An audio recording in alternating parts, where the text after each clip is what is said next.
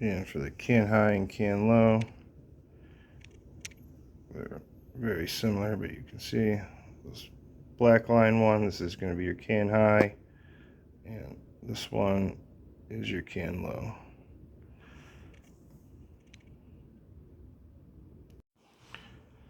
So we're connecting the can high from the shift tower together with the can high off of the plug, and then we're going to connect it to the can high here.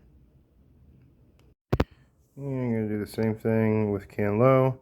You're going to take the one from the shift tower, you're going to take the one off the transmission, and you're going to connect it here. And then we got our switch power going to this wire. Try my best to color coordinate things. Makes it a lot easier when you have different colored wires. Alright, and then we have our ground here. Connected brown to brown. And then we have our power battery, black, going to this wire here.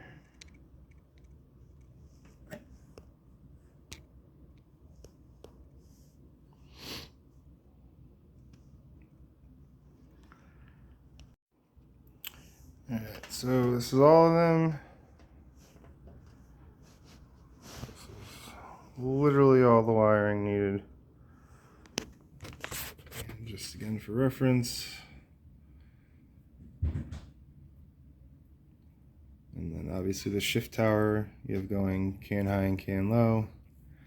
And then all we have to do is the shift lock, which is hanging somewhere down there.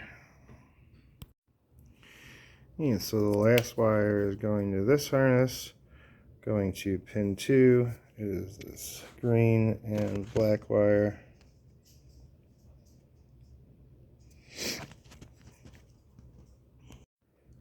And there it is. It's the last one. Again, it's coming out of the 10-pin harness. Pin 2.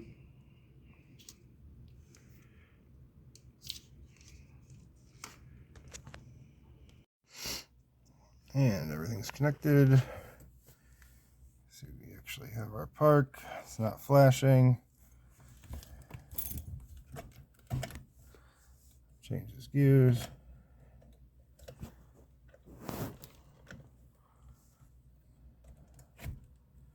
Manual mode. Sport mode.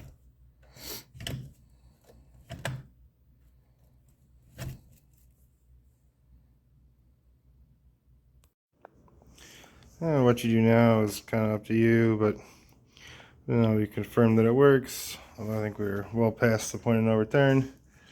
Go ahead and just cut this whole thing off wherever you want. Get it out of your way. And then remove the TCU plug entirely. And then same for this. If you want to, just go ahead and cut everything else off. You don't need this anymore. And just go over it one last time. So either of these browns work. There's 2 in here. Just pick one. They're both grounds. You have your can high and your can low. Black line is your can high. This is your can low. Then you have your battery power, which is this line. And then this one, which is your switch power, which was originally 27 and 28. There's 2 connected. It is this red and yellow. And I went ahead and cut it past it, so it's just a single line, and connected it to there. Here's this again. Alright. And so on the plug, I just went ahead and cut and taped off the ones that weren't used. I used heat shrink butt connectors just in case the plug ever has an issue. It'll be easy to disconnect, and then everything else got soldered Just mounted this to the bottom here.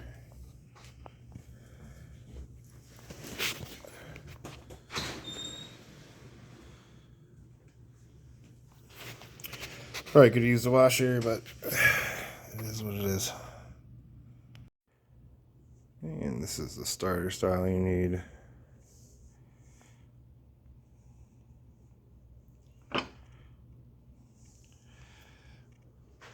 Got nice cheap Chinese one. And putting that back on like this angle. And then we lost our ground point over here, so I'm going to try and pull one of these bolts up and put the original 09G bolt back in to try and get the ground back. Alright, do the 09G bolt back in, got my post back, hooked up the ground. And there it is. Just threw two 90s on there.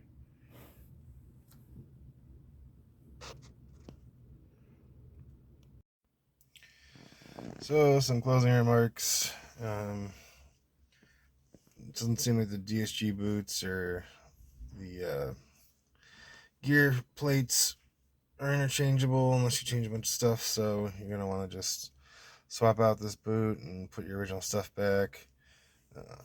Also, you don't necessarily have to move the center console out of the way to get to the shift tower. I did it didn't take very long. This piece of trim does not come off, even though it looks like it does. It looks like it clips in, but it's not removable. If you have a Mk6 or 6.5, you're going to need a 6 shift tower, even though the Mk7 tower communicates with the ECU with the 09G TCU. As soon as you connect the DSG, it doesn't, for whatever reason. Doesn't really make sense, because the Mk7 works with a DQ250, but it just doesn't work in this situation. So make sure you get a Mk6 if you have a Mk6. And other than that, that's pretty much it. The whole job's done. Also, as far as taking this boot off, you just wedge something in here and gently pry it apart. So you want to disconnect this pin here, and then you loosen this clip here, and then you'll be able to just slide it up. So if you don't want to deal with removing the boot, the DSG boot, it's kind of a pain in the ass. This thing, you basically compress this and then slip that cuff off. But as you can see, it was annoying. So I just stuck the auto knob back on and then replaced the centerpiece with the DSG strip. The other knob wasn't that great anyways either, and I could probably just replace these. Just pop these sides off and put new ones on. So I originally said I wasn't sure if you had to pull the center console out so you could back it up, but pretty sure the only way to get this bracket off and out is by pulling the center console out. Not out, but taking everything out so that it moves forward and backwards. And then make sure you put that bracket back in when you're done. And finally back together.